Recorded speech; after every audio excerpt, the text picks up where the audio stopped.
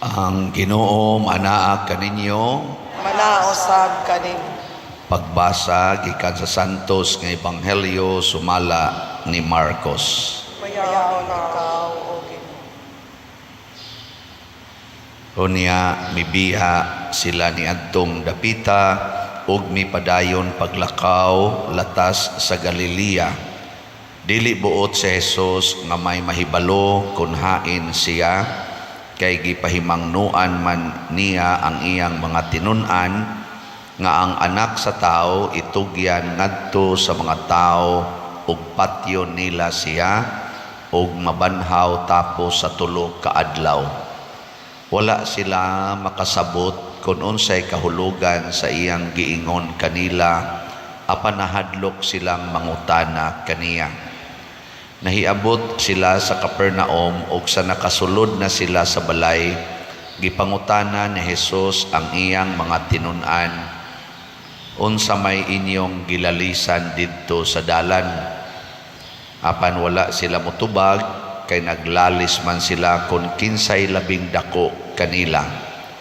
Unya milingkod si Jesus ug iyang gipaduol sila o giingnan, bisan kinsa ang buot nga mahimo nga labing dako, kinahanglan nga magpaubos siya ug mag-alagad sa tanan. Unya gikuha niya ang usa ka bata ug iyang gipatindog sa ilang atubangan, ug iyang gikugos ang bata ug miingon siya kanila, ang mudawat sa usa ka bata nga ingon niini sa akong ngalan, mudawat usab kanako. Ug ang mudawat kanako, wala mudawat kanako lamang, kundili kaniya usab nga nagsugo kanako. Ang Ebanghelyo sa Ginoo. Dayon ikaw, O Kristo.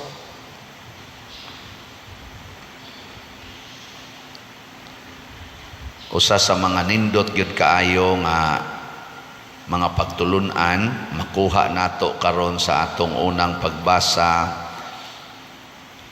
og sa Ebanghelyo. Matod pa sa unang pagbasa, anak, ingos propeta Sirak, kung mag-alagad ikaw sa Ginoo, pag-andam sa mga higayon nga pagasulayan ka, pagbuhat sa kinasingkasing ug sa tinuod, pagbaton sa kabugnaw kung moabot ang mga kasamok. Mao gini ang sagad mahitabo nga gikuanan ninan bagi warningan nata gikan sa una hangtod karon. Mao ginay normal nga kung mag-alagad tas Ginoo, magbinuotan ta, siguro gitang sakiton. Kamo, nakasuway na mong nasakitan mo aning inyong pag-alagad sa Ginoo? Kasuway mo? Kay guwagan ikakasuway, pasabot, ika maoy nagpasakit. Ika maoy nagsakit. Mo na siya. Daghan man ni adini nanimba, magwali gani usahay ang uban.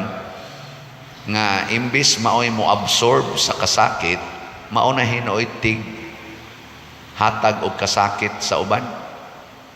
Di ba? Ikaw na ba? Lingiyay mong tupad. Pangutan na siya na unsa man ka tig absorb o tig hatag o kasakit. Okay. Maubitaw na nga nalipay ko kining akong grupo nga COVID-G, na may grupo nga gitawag na mo COVID-G. Kada Miyerkules, usahay mo, normally kada Miyerkules sa semana magkita-kita mi kay manihapon niya magstorya-storya, maboting usapan ba kanang naay bote inig usap-usap niya mo nang niya usa sa amo dihang sunod karon na prinsipyo na kap-aprapod na siya sa sige namong meeting ni come up mi nga ang among basic principle ni ining maong organisasyon kanang tulo ka A Ampo, alagad, ug antos. Ano na siya? Ampo, alagad, antos. Bisag asaan ang pabor, pananglitan, ang bana, mualagad sa asawa, niya, yaw-yawan sa asawa, di lang mutubag, antos. Ana. Niya, kung ang bana say makaunag, yawa-yawa, ang asawa say masinghagan, mualagad lang yapon, bisag ato ang luha, antos. Niya, mag-ampo dayon. Daghan kayong mga nindot nga hitabo sa ilang kinabuhi, mga 12 or 13 ba ni sila ka couples ang mag-abot-abot mi. Kanang daghan kayo ilang gitestimonya ba? Ang ilang away sa una, karon di na sila mag-away kay maglumba naman sila inantusay. Kay part bayas pag-antos kanang muhilom lang ka, di ka motubag, ang saon pa man pagkalalis.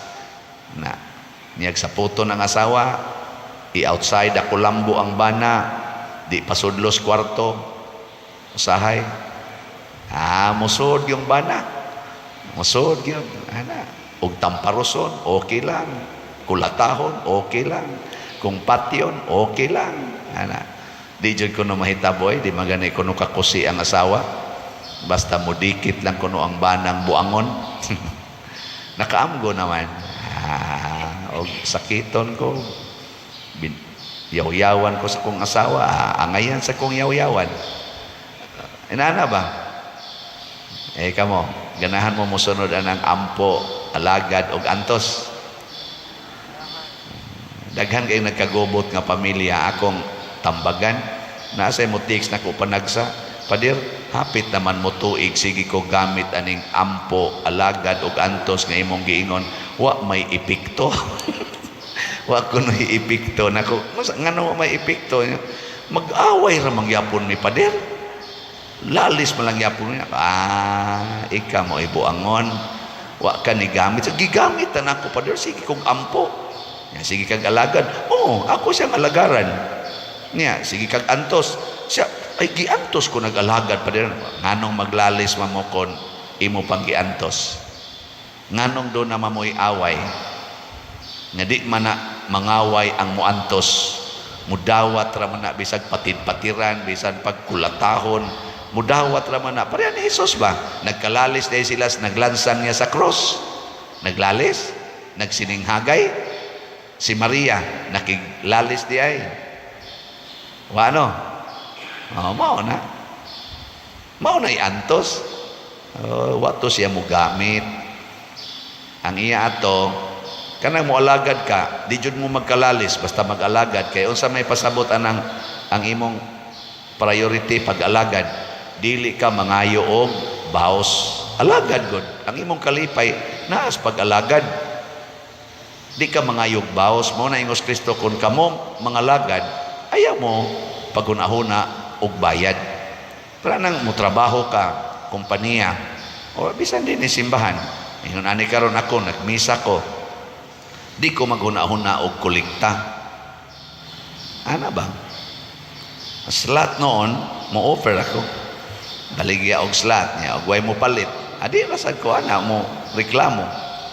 Kaya ang akong kalipay, naamas pag-alagad sa akong pagkapari, nganha ninyo. Dili man ang kolekta nga ako madawat gikan ninyo. Kaya magdepende naman sa na ninyo, kung mualagad sad mo sa simbahan, pinaagi nako, o di manghuog mos kolekta aron doon ako'y magamit din ni simbahan. Niyag moingon tang naatay mga slots, kaya naatay project, sama niya itong kumbinto, o di, mupalit mo slot, kaya gusto mamong mualagad, pero ayaw pagpalit og slot, o niya moingon din ka, muabutin ni rong grasya, mudaghan din ni akong kwarta, buangon sad ka na. Di ba?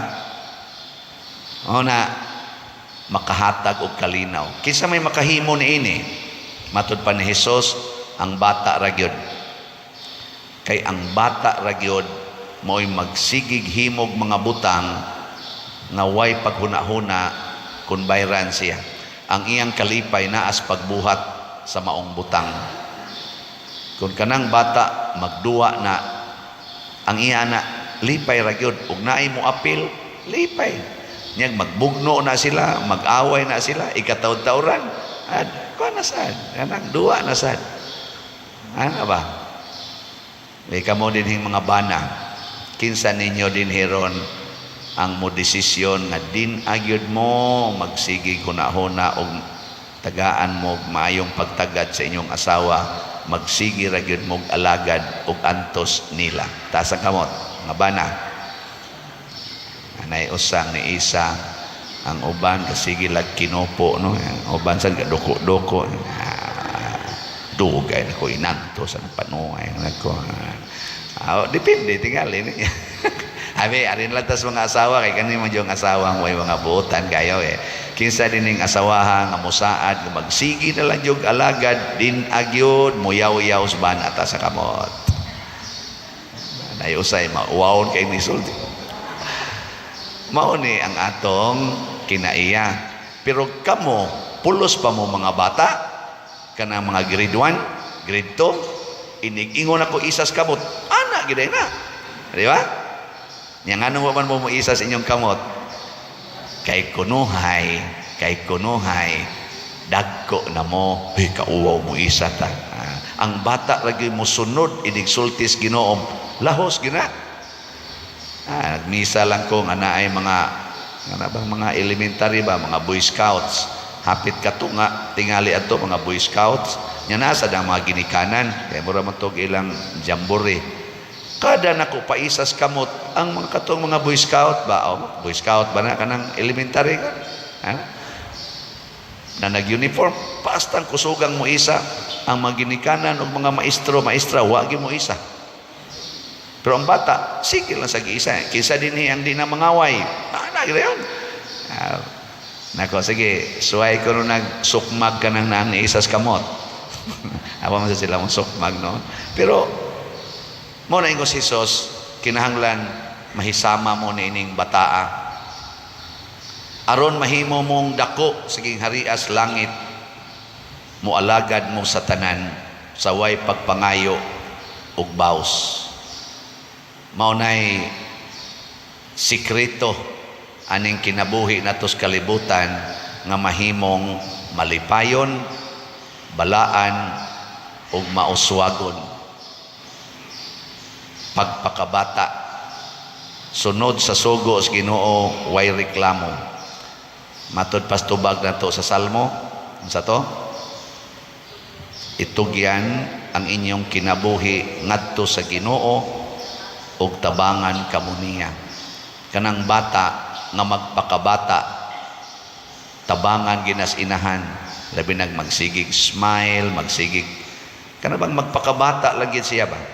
Atimanon pero ang bata magpakadakong tao gani mag 2 months gusto lakaw ngadto way pananghid unsa may dangatan makusian gyud malatusan gyud pero magpakabata lang gyud kanang dependent ba nya unsa isulti mo tuman kana perting pinanggaan ng bata lingi ay mong tupad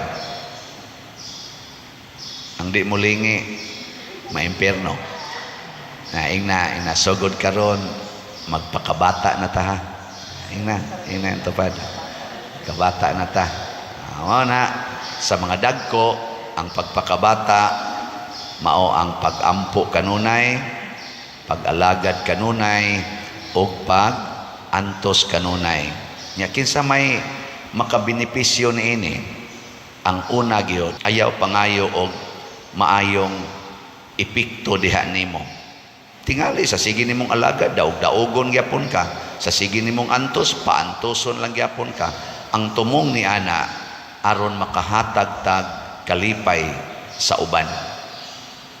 Si Kristo niingon gyud higugmaa ang imong isig katao sama sa imong kaugalingon. So pasabot nihimo ko ani akong pagampo, kini akong pag-alagad, kini akong pagantos para ni sa uban, di ni para nako. Nya kung do naman tay makuha nga kaayuhan gikan aning atong pagsigig ampo, sigig alagad og sigig antos, pakapin ra na. Dili na mo'y number 1 objective. Aron di ta magmahay-mahay, di ta magsigig kwenta nga usa ka tuig naman, tulo ka tuig naman akong ampo alagad og antos wa man gyud maayong niabot nako, sayop na. Kay kanang maong pagampo, pag-alagad o pag-antos sa mas gibuhat ni Kristo, ni Maria o sa mga santos, para na sa uban, di na para ato. Munang hinumdumi ni kanunay, aron dili mo magmahay-mahay aning kinabuhia, dili mo ma-stress, o dili sad mo ma-depressed. Manindog ta.